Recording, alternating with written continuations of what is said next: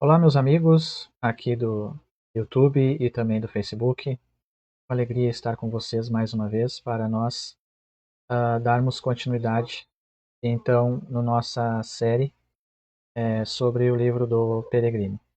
Desde já eu peço que você se inscreva no canal no YouTube, Refletindo a Mente de Cristo. Também eu peço que você curta, compartilhe, comente também o vídeo. E também no Facebook também, você possa curtir, comentar, compartilhar. Será uma benção. Interaja comigo, vamos juntos estudar as Escrituras. A minha visão é uma visão bíblica, cristocêntrica, interdenominacional. Quando nós chegarmos na glória, não falaremos sobre placas e denominações de igrejas, mas o que nós teremos em comum quando o Senhor nos colocar na sua glória será a nossa fé em Cristo. E é isso que eu venho compartilhar com você. Estamos estudando o livro do Peregrino, que relata a história de cristão, que é o exemplo de vida de todo crente verdadeiro que realmente foi regenerado, foi justificado, foi transformado por Jesus. Todo cristão verdadeiro, ele também trilhará a mesma trilha de cristão, terá experiências também na sua jornada, durante a sua vida aqui na Terra, experiências espirituais, experiências, provas, dificuldades, lutas. Isso nos nossos dias parece que está um pouco desatualizado, não é falado, e também sempre foi assim. Houve sempre um negacionismo com respeito às verdades das Escrituras Sagradas. Porém, o verdadeiro evangelho, o verdadeiro cristianismo, ele apresenta essas verdades. O cristão passará por lutas, provações, dificuldades, passará por vales. O verdadeiro cristão sofrerá nessa jornada. Mas também ele terá vitórias, e as vitórias espirituais serão vitórias que são em Cristo Jesus, pela sua fé em Cristo Jesus. E é isso que o livro O Peregrino relata e nos traz, então, momentos de reflexão para nossas vidas. Estamos, então, no capítulo de número 5, fazendo o nosso estudo e nossa leitura, e eu convido você a me acompanhar. Cristão e fiel encontraram um homem chamado Loquaz, e como nós vimos, ele é um homem astuto, que ele tem na sua boa fala a sua base, porém ele não pratica aquilo que ele fala, e também ele tem um mau testemunho. E isso foi bem esclarecido no último vídeo, e eu quero continuar a leitura então, quando cristão e fiel vão dialogar com Loquaz com respeito à sua fé. Cristão: de fato, falar e praticar são duas coisas distintas, tão diversas como a alma e o corpo, porque assim como o corpo sem alma é apenas uma carcaça, assim são as palavras sem obras. E nós falamos sobre isso ontem também, que o falar e não praticar é nulo. Nós abrimos em Tiago, no capítulo de número 2, e no versículo de número 26, onde Tiago ele fala que a fé sem obras é morta. Porque assim como o corpo sem o espírito está morto, também a fé sem obras é morta. Então, o cristão ele não vive somente de palavras, mas também ele vive de ações. As suas ações diz respeito à sua fé. Aquilo que ele professa, aquilo que ele crê, ele então também pratica no seu dia a dia. A alma da religião é a parte prática. A religião pura e sem mácula para com nosso Deus, o Pai, é essa: visitar os órfãos e as viúvas nas suas tribulações e a si mesmo guardar-se incontaminado do mundo. Isso nós vimos em Tiago capítulo 1 e verso 27. A religião pura e imaculada para com Deus é essa: visitar órfãos e viúvas nas tribulações e guardar-se incontaminado do mundo. Na Almeida Corrigida Fiel é dito dessa forma, está traduzido assim. E na linguagem literal, é interessante que vai dizer o seguinte: a exteriorização de adoração pura e incontaminada ao lado de Deus, a saber, nosso Pai, é olhar, cuidar pelos órfãos e viúvas nas suas aflições e guardar a si mesmo imaculado para longe do mundo. Isso aqui é muito interessante, porque Tiago, a tradução literal de Tiago, ela fala sobre exteriorização da adoração pura e incontaminada. Então, um verdadeiro salvo e cristão, ao exteriorizar a sua adoração, ele pratica, então, isso aqui, ó, ele pratica boas obras. Então, uma verdadeira adoração não é somente nós chegarmos na igreja e confessarmos com a nossa boca ao Senhor, louvando, exaltando o seu nome, mas é também o nosso dia a dia ser um dia a dia que exalte e glorifique ao Senhor com nossas atitudes e também nossas obras. Nosso proceder diário traz consigo então, deve trazer consigo então a verdadeira adoração. De que maneira eu estou glorificando a Deus no meu viver diário? Eu tenho procurado me guardar desse mundo? Tenho procurado não amar esse mundo? Eu tenho procurado fazer coisas que glorifiquem o Senhor no meu dia a dia? Então isso é para nós refletir. Loquaz não tem esse conhecimento. Ele acha que ouvir e falar faz de alguém um bom cristão, e assim engana a si mesmo. Ouvir nada mais é que a semeadura da semente. Falar não prova que o coração e a vida frutificaram. O que temos certeza é de que no dia do juízo os homens serão julgados de acordo com seus frutos. A pergunta não será você acredita, mas você praticou as verdades ou apenas falou sobre elas? E assim serão julgados. Então, veja só, não é você praticar para ser salvo. Eu já falei inúmeras vezes aqui e vou repetir. Praticar para ser salvo é você acreditar que o que você faz leva você à salvação. Isso é uma justiça própria. Então, praticar boas obras acreditando na salvação, ao fazer isso, é você ir para o lado legalismo, você se tornar um legalista. Não é isso que está sendo ensinado aqui, de acordo com o que nós estamos estudando. Mas a realidade é a seguinte: se você foi verdadeiramente regenerado, verdadeiramente você creu em Cristo como seu justificador pela fé, aquele que, quando você estava nos seus pecados, caído sob a ira divina, resgatou você dos seus pecados e lhe concedeu a fé para crer em Cristo para a sua salvação, fazendo com que você, então, crendo em Cristo para a sua salvação, entendendo que Ele é o seu justificador e reconciliador perante o Pai, você se tornasse, então, filho de Deus. E dessa forma, se tornando filho de Deus, agora você foi transformado, regenerado, feito uma nova criatura e agora anda em novidade de vida, uma caminhada em santificação perante o Senhor.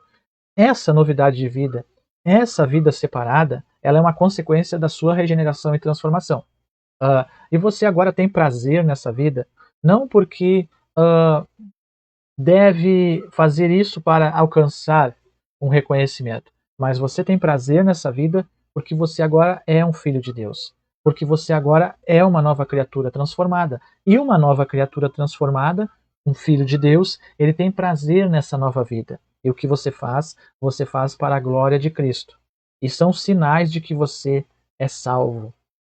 Então, um salvo, ele vive para Cristo, não por imposição, mas por alegria, com prazer.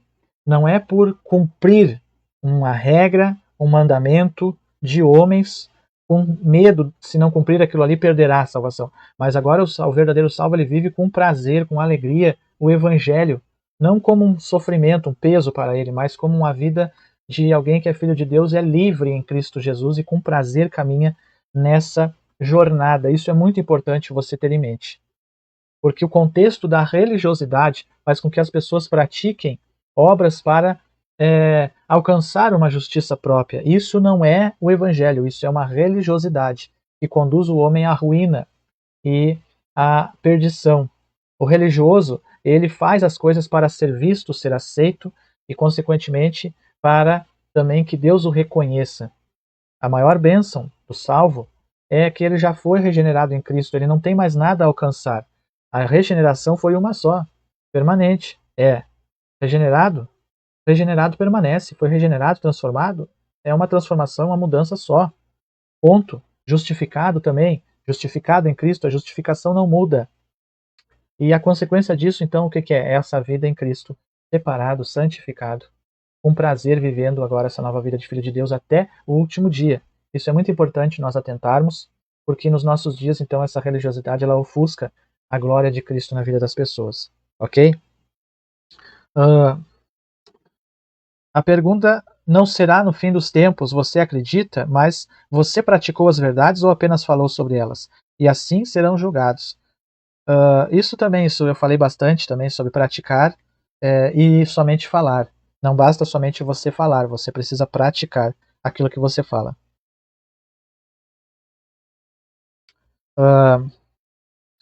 Sabemos que na colheita os homens estão interessados no fruto e nada mais. Não que qualquer coisa que não seja resultado da fé possa ser aceito. Mas digo isso para mostrar o quão insignificante a profissão de loquaz será naquele momento.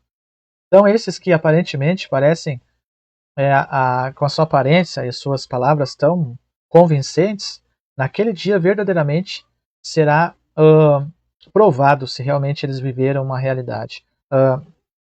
A grande profissão de fé em Cristo não está em fazer grandes coisas à vista dos homens, mas está nas pequenas coisas que os homens não veem você fazer. Pense nisso. A grande profissão de fé em Cristo, a vida de um filho de Deus grandiosa, não está em fazer grandes coisas perante homens, perante uma sociedade, perante uma igreja, mas está nas pequenas coisas que ninguém vê você fazer, ok? Naquele grande dia nós veremos isso. Fiel, isso traz à mente a palavra de Moisés quando descreveu animais puros. Era aquele que tem o casco fendido e rumina. Não só um que tem o casco fendido ou que apenas rumina. O coelho rumina, mas é impuro porque não tem o casco fendido. Isso é o que se assemelha em loquaz. Ele busca conhecimento por mastigar a palavra, mas não se separou em seus caminhos pecaminosos, por isso como o coelho é impuro. Cristão, por tudo que conheço, você mostrou o verdadeiro sentido do evangelho daqueles textos. E acrescentarei outra coisa. Paulo chama alguns homens, e aqueles que são grandes faladores também, de bronze que soa ou símbolo que retine. Isso é, como ele expõe em outras passagens, instrumentos inanimados que emitem som. Essa passagem é bem interessante, está em 1 Coríntios, no capítulo 13, e nos versos que se seguem. As coisas sem vida não contêm a verdadeira fé e a graça do Evangelho. E, consequentemente, essas coisas nunca entrarão no reino dos céus, com aqueles que são filhos da vida, mesmo que o som da palavra seja como se fosse o idioma ou a voz de um anjo. Isso é muito importante. Veja o que diz em 1 Coríntios capítulo 13. Caso, ainda que eu fale a língua dos homens, aqui nós vamos citar Almeida Corrigida e Fiel, ainda que eu fale a língua dos homens e dos anjos, e não tiver amor, seria como o metal que soa e o sino que tine. E ainda que tivesse o dom de profecia e conhecesse todos os mistérios, todo o conhecimento, e ainda que tivesse toda a fé, de maneira tal que transportasse os montes e não tivesse amor, nada seria. Ainda que distribuísse toda a minha fortuna para sustento dos pobres, e ainda que entregasse meu corpo para ser queimado, e não tivesse amor, nada me aproveitaria. Aqui, o apóstolo Paulo mostra todas essas características de alguém que tem a aparência de um religioso, a aparência de um loquaz, mas ele não tem o amor, ou seja, ele não foi transformado, ele não foi regenerado, ele não vive aquilo que ele fala. Não basta falar línguas estranhas, não basta ter o dom de profetizar. E o dom de profetizar no Novo Testamento não é a revelação, como muitos hoje em dia pensam que profetizar é eu revelar a vida do outro, revelar o futuro. Isso está mais parecido com vidente, cartomante, que fala o futuro pelas cartas e o horóscopo. A profecia, o dom de profetizar biblicamente, no contexto aqui do Novo Testamento, é anunciar as verdades do Evangelho. Então, aquele que tinha o dom de profecia nesse tempo era aquele que anunciava as verdades do Evangelho. Então, ainda que eu tivesse esse dom e conhecesse os mistérios do conhecimento e fé tivesse, sem amor, ou seja, sem uma vida realmente transformada, isso não valeria de nada. Por quê? Porque o mais importante é o exemplo. O discipulado vem pelo exemplo. Desde o início foi assim. No Evangelho de Cristo, o Senhor Jesus, ele discipulou 12 homens pelo seu exemplo. Não só pelas suas palavras, que eram palavras de vida, o Verbo estava ali, o próprio Deus estava ali, transmitindo palavras poderosas de vida aos seus discípulos, mas ele também falava e praticava, ele também vivia aquilo que ele falava em perfeição. Aquilo impactou os seus discípulos, aquilo levou os seus discípulos a crerem de todo o coração e alma, aqueles que realmente eram escolhidos. E isso é a realidade também para nossos dias, porque o Evangelho não muda, as palavras de Cristo não mudam. O discípulo deve ser como seu mestre. A quem você tem procurado imitar? Você precisa encontrar pessoas piedosas para imitar.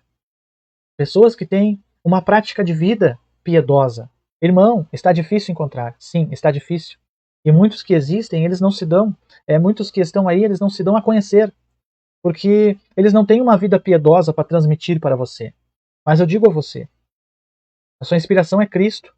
Se você buscar em Cristo a inspiração, Cristo lhe dará companheiros piedosos que vão lhe ajudar na sua vida diária e vão transmitir para você uma vida piedosa diariamente, de oração, devocional, leitura da Bíblia, passar o dia com Deus. Isso é muito importante. Isso é muito necessário.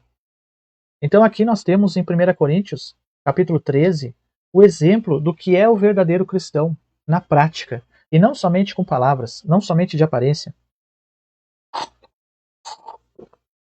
não somente num emocionalismo barato. Se emociona, chora dentro da igreja e lá fora não tem nada de cristão. Isso é muito importante que nós tenhamos em mente. As coisas sem vida não contêm a verdadeira fé e a graça do Evangelho, e consequentemente essas coisas nunca entrarão no reino dos céus. Fiel, bem, a princípio eu não estava apreciando muito sua companhia, mas agora estou realmente enjoado disso. Como podemos nos livrar dele, cristão? Siga meu conselho e faça o que eu digo. E você descobrirá que em breve ele também estará cansado da sua companhia, a menos que Deus toque no seu coração e o transforme. Então agora eles vão ter um diálogo com Loquaz, e nesse diálogo eles esperam que Deus transforme o coração de Loquaz. Vamos ver? Fiel, o que você quer que eu faça? Cristão, vá até ele e entre numa discussão séria sobre o poder da religião. E quando ele concordar com você, pois ele o fará, pergunte-lhe a queima-roupa se esse poder foi estabelecido em seu coração, em sua casa e em seu comportamento. Então, aqui vai ser a indagação central. Se ele concordar que a religião é poderosa, Fiel tem que perguntar para ele, então, isso tem sido aplicado na sua vida diária ou não? Ou você não vive essa realidade do cristianismo diariamente? Porque ser cristão não é ir na igreja colocar um terno e gravata, uma roupa social, uma aparência social, seja homem ou mulher. Ser cristão é no dia a dia. Não é só uma cultura de estar dentro da igreja, mas é o seu dia a dia. Fiel avançou os passos novamente e perguntou a Loquaz: Como você está? Loquaz, muito bem, obrigado. Mas pensei que conversaríamos por mais tempo. Fiel: Bem, se você quiser podemos continuar. Já que permitiu que eu fizesse uma pergunta, aqui vai. Como você pode dizer quando a graça salvadora de Deus está no coração do homem? Loquaz, vejo que nossa conversa deve ser sobre o poder das coisas. Bem, é uma pergunta muito boa e estou disposto a responder. Primeiro, resumidamente, quando a graça de Deus está no coração, a pessoa clama contra o pecado. Segundo, a Fiel diz, espere, tenha calma. Vamos considerar uma coisa de cada vez. Acredito que você deveria dizer ao contrário, que a graça determina que a alma abomine seu próprio pecado. Loquaz, por quê? Qual a diferença entre clamar contra o pecado e abominá-lo? Veja que aqui ele quer saber que diferença há, porque para ele não existe isso de abominar o pecado. Ele gosta até de falar contra o pecado. O pecado, Loquaz, ele gosta de falar, o pecado é maligno. O pecado é perigoso. Mas Loquaz, ele não abomina o pecado. Loquaz, ele não tem nojo do pecado em sua própria vida. Ele até pode falar contra o pecado, ele até pode clamar contra o pecado, ele pode até clamar contra o pecado em suas palavras e mensagens, mas ele próprio, seu ser, não abomina o pecado. Ao contrário, ele não faz diferença sobre o que seria falar contra o pecado ou abominar o pecado no seu ser. Fiel, existe muita diferença sim. O homem pode clamar contra o pecado como regra geral, mas não pode abominá-lo, a menos que sinta ódio dele.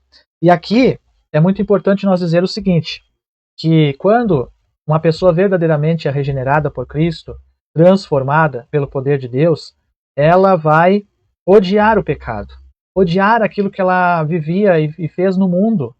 Ela vai ter tristeza por aquela vida antiga. Isso é um sinal de que realmente o Senhor transformou a vida dela. Existe muita diferença. Ouço muitos clamarem contra o pecado no púlpito, mas que ainda vive com ele no seu coração, no lar e em seu comportamento. A esposa de Potifar clamou com grande voz, como se fosse muito pura, mas ela estava disposta a cometer adultério com José. Alguns clamam contra o pecado, assim como a mãe que de forma divertida repreende a filha em seu colo, chamando de menina desobediente, e ao mesmo tempo a abraça e beija. Então, essa é a questão. Falar da boca para fora é uma coisa, e praticar é outra. E o que nós temos hoje nos nossos dias, muitas vezes, é que as pessoas elas até falam sobre o pecado, mas elas vivem nele. Então isso que é a questão. O verdadeiro cristão, ele sabe que ele erra, ele sabe que ele tem suas fraquezas, porém, ele abomina essas fraquezas, ele vai lutar contra essas fraquezas, dia após dia. Ele não terá prazer em viver fazendo as coisas erradas, ainda que ele saiba, como diz o apóstolo Paulo, miserável homem que eu sou, quem me livrará do corpo dessa morte? Ele saiba que tem essas fraquezas, tem essas debilidades, porém, ele vai abominá-las, ele vai lutar contra elas todos os dias da sua vida. E já aquele que somente da boca para fora fala, ele não se importará com pecados. A sua mente está cauterizada para isso, a menos que Deus abra os seus olhos. Essa é a questão aqui. Veja quão profundo é essa realidade. Por isso que é necessário nós realmente termos certeza que fomos transformados. Se você não tem certeza que você foi transformado por Cristo, você precisa buscar do Senhor essa certeza. Porque se há algo em você que gosta do mundo, que tem prazer nas coisas desse mundo, mesmo você estando na igreja, há algo de errado. Mesmo que você erre, como eu falei, você precisa abominar os seus pecados. Você precisa ter em mente que você quer vencê-los. Você precisa pedir para Jesus todos os dias graça para vencê-los, se arrependendo deles, lutando contra eles.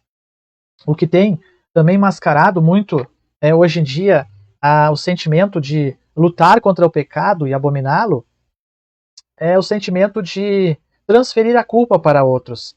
Esse sentimento de transferência de culpa faz com que as pessoas elas não assumam mais que erram, mas elas transferem a culpa para pessoas ao seu redor, situações ao seu redor, e não assumem mais os seus erros e as suas falhas. Isso está acontecendo também nos nossos dias.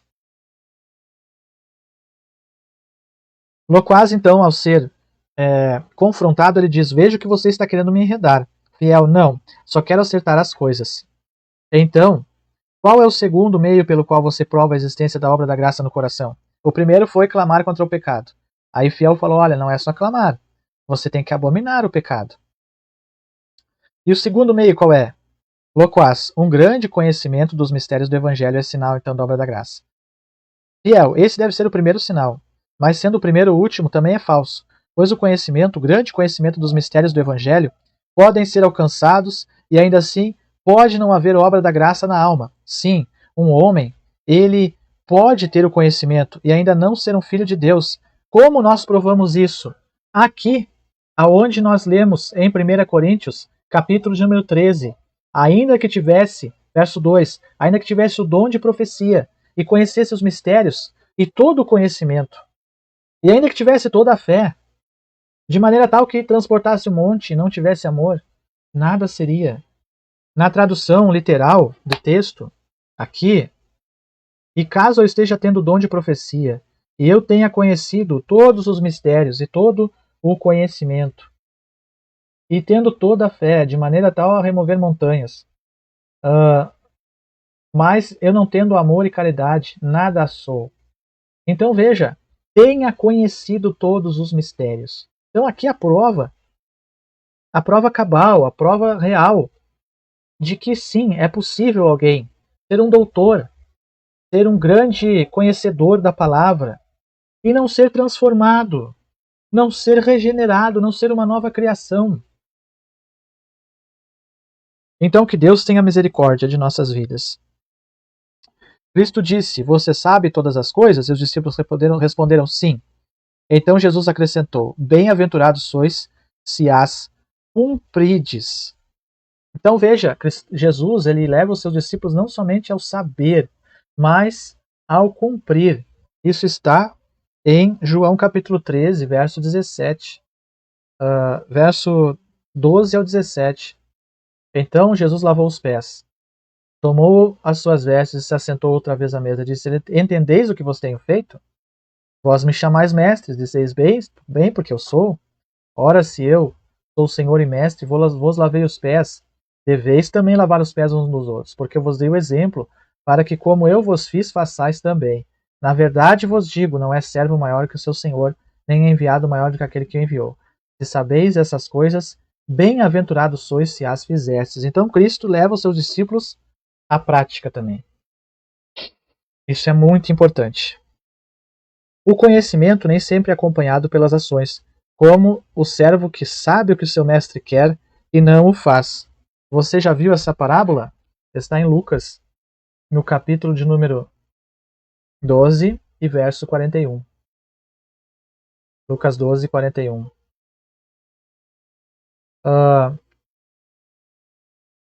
41 a 48. A parábola do mordomo. Ó. Jesus tinha falado sobre estar vigilante, estar preparado nos versos anteriores. E depois ele fala bem, aí Pedro pergunta, né? Tá falando para os outros ou para nós também? Aí Jesus fala: bem-aventurado aquele servo a quem o seu senhor, quando vier, achar fazendo assim. Em verdade digo que sobre todos os seus bens o porá, mas se aquele servo disser: o meu senhor tarda em vir, começar a espancar criados, comer e beber. Olha só, aqui tem uma diferença entre o viver e o não viver, o praticar e não praticar, o saber e o não fazer. Então uma coisa é saber e outra é praticar aquilo que se sabe, pôr em prática o conhecimento. E o servo que soube a vontade do seu senhor e não se aprontou, nem fez conforme a sua vontade, será castigado. Mas o que não soube, fez coisa digna de açoites, com pouco açoite será castigado. Qualquer que muito for dado, muito se lhe pedirá. E ao que muito se lhe confiou, muito mais se lhe pedirá. Então isso é muito importante nós termos em mente. Essas pessoas que têm aprendido e não têm praticado, o Senhor um dia cobrará delas. O porquê delas não terem obedecido e praticado. Então que Deus tenha misericórdia de nós. Um homem pode ter o conhecimento dos anjos e ainda assim não ser um cristão. Por isso esse sinal, conhecimento, no caso, esse sinal de conhecimento não é verdadeiro. Na verdade, saber é uma coisa que agrada a faladores e presunçosos, mas o conhecimento prático é o que agrada a Deus. Não que o coração possa ser bom sem o conhecimento. Sem ele, o coração é nada. Existem dois tipos de conhecimento: o conhecimento sobre as coisas e aquele que é acompanhado com a graça da fé e amor, o qual torna o homem desejoso de fazer a vontade de Deus. Então, o verdadeiro conhecimento, qual é? É aquele que é acompanhado da graça, da fé e do amor e do desejo de fazer a vontade de Deus. E esse também é o princípio da sabedoria, o temor do Senhor, o desejo de fazer a vontade de Deus. O primeiro tipo, que é o conhecimento sobre as coisas, irá satisfazer o locutor, aquele que só fala, mas o verdadeiro cristão não se satisfará com um tipo de conhecimento sem o outro. Dá-me entendimento e guardarei tua lei, de todo o coração a cumprirei. Salmo 119, verso 34. Então, a vida cristã é isso. É conhecimento unido à experiência e à prática.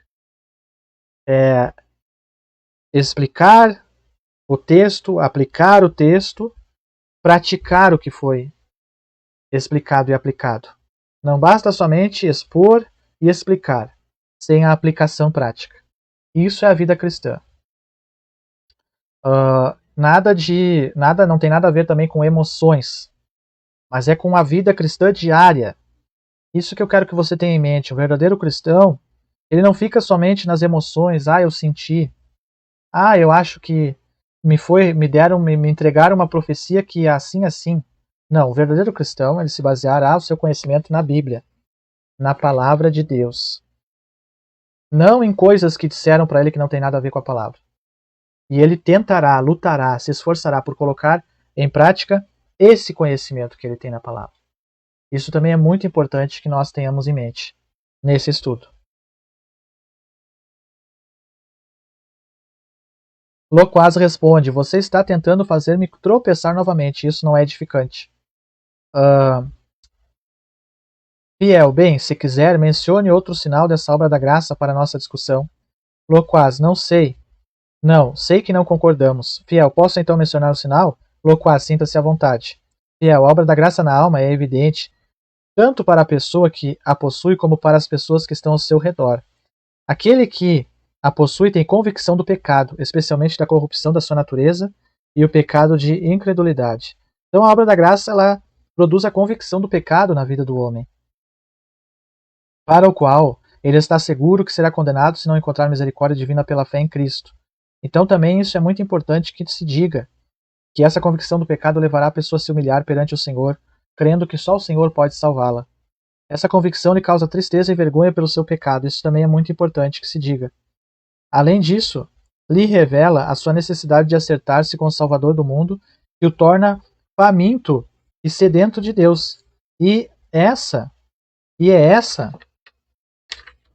a fome e sede de salvação que Deus prometeu satisfazer. Então, isso é a salvação. Isso é a fome e sede de salvação que Deus satisfaz. Isso é o Evangelho. Pecadores reconhecendo que são pecadores miseráveis, necessitados de Cristo e se arrependendo dos seus pecados. Veja quão profundo é essa mensagem. E veja, medite você mesmo. Você tem ouvido essa mensagem? Você tem meditado sobre essa mensagem? Você tem consciência de sua própria vida diante dessa mensagem? Ou essa mensagem para você, ela não é muito popular e aceitável? Você prefere uma coisa que não fale sobre seus pecados, que não fale sobre sua culpa, que não faça você se arrepender e meditar que é um pecador e se arrepender dos seus pecados perante Cristo, reconhecendo que só Ele pode perdoar? Você não gosta de meditar todos os dias que tem fraquezas e pecados e abomina eles e deseja fugir deles? Bom, se você não gosta, então algo de errado com a sua fé. Você precisa revê-la. Quem sabe é porque você tem dado ouvidos a mensagens de massagem do ego, que supervalorizam as coisas aqui da terra, supervalorizam você como pessoa e não apontam a verdade em Cristo, mas apontam as coisas desse mundo para fazer com que você seja enganado e se mantenha preso nessa rede, que faz até com que você se sinta bem, não confrontando você, mas que por final levará você à perdição eterna. Tome cuidado. Ora, sua alegria e paz são equivalentes à força ou à fraqueza de sua fé em seu Salvador, assim como seu amor pela santidade e seu desejo de saber mais do Salvador e servi-lo nesse mundo. Mas embora isso se evidencie dessa forma, raramente será capaz de concluir que esta é uma obra da graça, porque sua corrupção e sua razão inadequada o faz subestimar esse assunto. Portanto, exige-se um julgamento justo antes que ele possa concluir com segurança que essa é uma obra da graça. Para outros é evidente de outras maneiras. Então, isso levará a pessoa, a verdadeira fome e sede de salvação levará a pessoa a desejar conhecer mais a Jesus. E também essa questão, você tem esse desejo de conhecer mais a Jesus, de crescer mais em Cristo, de andar com Jesus, de contemplar a Cristo, o Evangelho, de falar sobre Cristo, meditar sobre Cristo? Isso é muito importante na vida do verdadeiro salvo.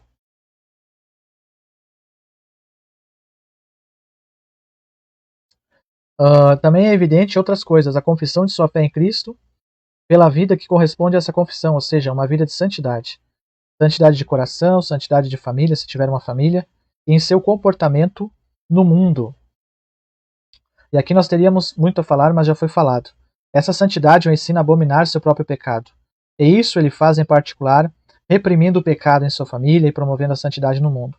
Não só em palavras como hipócrita ou tagarela o faz, mas de uma forma prática de submissão na fé, no amor, ao poder da palavra. E agora, Senhor, depois dessa breve descrição da obra da graça e da evidência de seu poder, se tem alguma objeção, sinta-se à vontade. Se não, posso levantar uma segunda questão. Loquaz. Não cabe a mim discordar, mas ouvir. Faça a segunda pergunta. Fiel. É esta. Você experimentou a primeira parte dessa descrição da obra da graça? Sua vida e comportamento testemunham isso? Ou sua religião está em palavras, em língua e não em prática e verdade? Se você quiser realmente me responder sobre isso, diga: não mais do que aquilo que você sabe de Deus, que Deus do alto dirá. Amém. E só o que sua consciência pode justificar, porque não é aprovado a quem a si mesmo se louva, e sim aquele a quem o Senhor louva. Então, vejamos o que diz em 1 João, capítulo 3. Veja como é profundo esse assunto, meus queridos. E não tem como a gente fugir dos tópicos que vão sendo apresentados. 1 João capítulo 3, verso 18. Meus filhinhos, não amemos de palavra nem de língua, mas em obra e em verdade. Nossa, que profundo, né? Diga não mais do que aquilo que você sabe que Deus do alto dirá. Amém. E só o que sua consciência pode justificar. Porque não é aprovado quem a si mesmo se louva, e sim a quem o Senhor louva. Isso aqui é muito importante também. Primeiro, o que você tem a dizer sobre sua fé que a sua consciência não lhe condena? Nossa, isso é muito sério. O que da minha fé eu posso falar que a minha consciência não me condena? Tipo, eu faço oração 3 vezes ao dia, 1 hora por dia. É verdade? Eu leio 20 capítulos da Bíblia. É verdade? Eu estou firme com Jesus há 40 anos. É real mesmo isso aí? Ou é só coisas da boca para fora? Deus aprova isso que você fala? Isso que você fala para se gloriar? Isso é a realidade da sua vida com Deus? Vejamos o que diz em 2 Coríntios, capítulo número 2, e 2 Coríntios capítulo 10, verso 18. Vamos ler o 17. Aquele, porém, que se gloria, glorie-se no Senhor. Porque não é aprovado quem a si mesmo se louva, mas sim aquele a quem o Senhor louva. Isso aqui, meus amados, é muito importante. Por quê? Porque a autoglorificação é uma maneira da pessoa se justificar. Esse dia eu estava em um lugar como visitante, assistindo o culto sentado. De repente eu vi aquele senhor, um senhor se levantando, um membro daquela igreja, e ele começou a contar tudo o que ele havia feito nos 40 anos de fé dele. E é o mesmo assunto que ele fala sempre ali, naquele local, há mais de 20 anos. E eu fiquei analisando, isso não é o evangelho. É o homem se autopromovendo. E quantos lugares também é feito isso? A autopromoção. A pessoa assume o altar, que dizem que é o altar do Senhor, ali, o lugar onde vai ser pregado o evangelho, e a pessoa começa a soltar coisas que ela faz.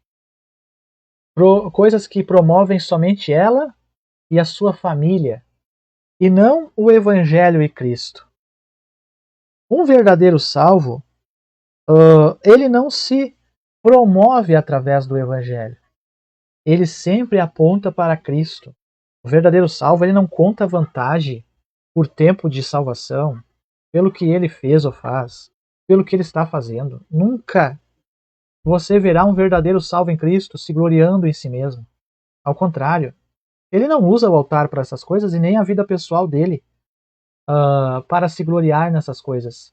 Mas a sua vida toda ele aponta para Cristo, para o Evangelho, para a glória de Deus. E tudo o que aconteceu, que Cristo fez através dele, ele diz, olha, tudo isso foi Jesus, não eu não teria condições, eu não sou, eu não posso. Agora, eu ouvindo aquele senhor falando dele, de tudo que ele havia feito, eu fiquei pensando, nossa, eu acho que ele pensa que Deus está devendo para ele. De tanto que ele fala dele, de tanto que ele fala do passado. Mas um verdadeiro salvo, ele não pensa nessas coisas. A verdadeira pessoa que foi transformada, ela não pensa em se gloriar e contar vantagem. E submeter aos outros a esse crivo. Todos estamos debaixo do mesmo crivo. Qual é Cristo? Cristo é o nosso padrão. Na igreja não há maior nem menor. Tem lugares que senta um monte de gente lá em cima. Nada contra, eu não estou contra ninguém aqui.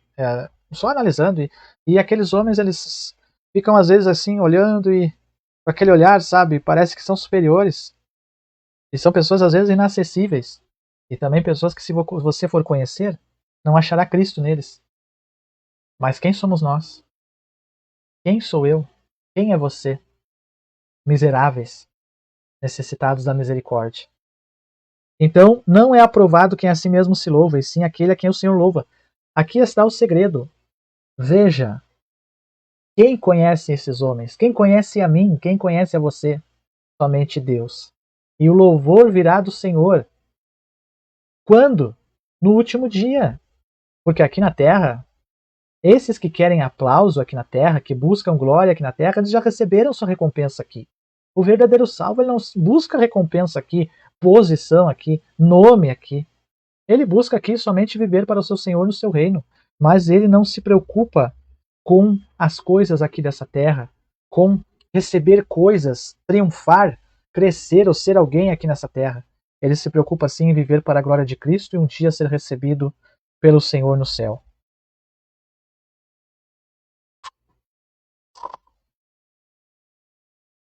Além disso, é muito cruel dizer eu sou assim e pronto, quando o meu comportamento e os dos meus vizinhos dizem que sou mentiroso. Pela primeira vez, Loquaz começou a envergonhar-se. Entretanto, recuperou a pose e replicou: Você veio agora para experimentar, conscientizar e apelar a Deus para julgar o que é dito. Não esperava esse tipo de discussão, nem estou pronto a responder essas perguntas porque não sou obrigado, a menos que você esteja assumindo o papel de um catequista, e mesmo que assim agisse, ainda poderia me recusar a torná-lo meu juiz. No entanto, diga-me o motivo para tais perguntas. Então, normalmente, esse tipo de pessoa também, quando é retarguido, é confrontado, ele vai se esquivar. Fiel responde, porque vi que você estava ansioso para falar. Além disso, para dizer a verdade, eu ouvi dizer que você é um homem cuja religião é superficial e que seu comportamento mostra que aquilo que você professa com a boca não é verdade. Eles dizem que você traz desgraça ao povo de Deus e que o preço da sua religião é grave devido ao comportamento ímpio. Vejamos o que diz em Judas capítulo 12 e os seus versos que... Judas capítulo 1, verso 12, os versos que vão adiante. Esses são manchas em vossas festas de amor, banqueteando-se convosco e apacentando-se a si mesmos sem temor. São nuvens sem água levada pelos ventos de uma para outra parte. São como árvores murchas e infrutíferas, 2 vezes mortas, desarraigadas, ondas impetuosas do mar que espumam suas mesmas abominações, estrelas errantes para as quais está eternamente reservada a negrura das trevas. Professos cristãos, mas que não obedecem, trazem corrupção e desgraça para o povo de Deus. Veja só, que coisa triste. Tem uns que tratam a igreja como uma empresa, e eles têm o seu cargo ali na empresa. Mas o Senhor, um dia, ele julgará cada um de nós, pedirá conta, e que essas pessoas possam se arrepender enquanto há tempo. Homens que não prestam conta a ninguém. Homens que vivem uma realidade dupla. Eles vivem uma aparência, uma boa fala dentro das 4 paredes e fora são outra coisa. A prática deles demonstra quem eles são verdadeiramente. Isso é muito maravilhoso nós estarmos comentando. Isso é o que está mostrando aqui essa passagem de John Bunyan. E é uma realidade que ninguém fala, em sua maioria, porque foge, vira o rosto para isso, nega isso, porque são pessoas que amam mais a glória dos homens do que a glória de Deus. Mas o verdadeiro salvo, ele deve amar a glória de Deus e não a glória dos homens. A glória dos homens, ela engana, ela manipula e ela faz por um prato de lentilha Esaú vender o seu direito de primogenitura. Por um pouco de suborno, Balaão falar contra o povo de Israel. Por causa de uma mulher, Sansão perder a sua consagração, a sua unção. Isso é muito sério. E essa é a realidade de muitos. Por 30 moedas de prata, Judas entregar o seu mestre. E os homens religiosos não amam a glória de Deus. Eles amam a glória deles mesmos. Eles amam a glória dessa terra. E nós temos que vigiar com isso, porque isso mata a fé de qualquer cristão, se ele não vigiar. Dizem que alguns já tropeçaram por causa dos seus maus caminhos. Estão em perigo de serem destruídos por eles, a sua religião, a taberna, a cobiça, a impureza, palavrões, companhias mentirosas e malvadas serão julgados juntos. Há um provérbio Se refere a uma prostituta. Ela é uma vergonha para todas as mulheres. Então você, loquaz, é uma vergonha para todos os cristãos professos. Loquaz, já percebi que você gosta de ouvir relatos e julga muito precipitadamente. Só posso concluir que você é um homem mal-humorado e não está apto para conversar. Adeus. Então, Loquaz abandonou a conversa, porque ele viu que ali estava sendo falado o evangelho, estava havendo sinceridade, e a sinceridade, o verdadeiro cristianismo não era negócio com ele. E aí, você conhece alguém que é loquaz? É uma pessoa que ela não professa verdadeiramente o evangelho? Esse assunto, ele incomoda muita gente, eu sei disso. Mas nós estamos falando somente aqui da palavra. A hipocrisia, ela impera nos nossos dias no meio religioso.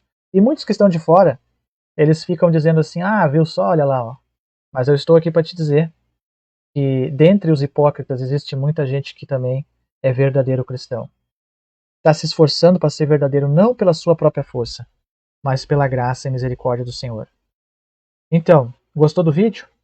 Peço que você curta, compartilhe, comente, se inscreva no canal Refletindo a Mente de Cristo. Ó, a descrição tá em cima aí, ó, no YouTube, Refletindo a Mente de Cristo. Escreve lá e se inscreva no canal, apoie para a glória de Deus. Também no Instagram, Eduardo Bonini, eu sempre coloco algo ali, uma mensagem bíblica. E vamos juntos servir ao Senhor.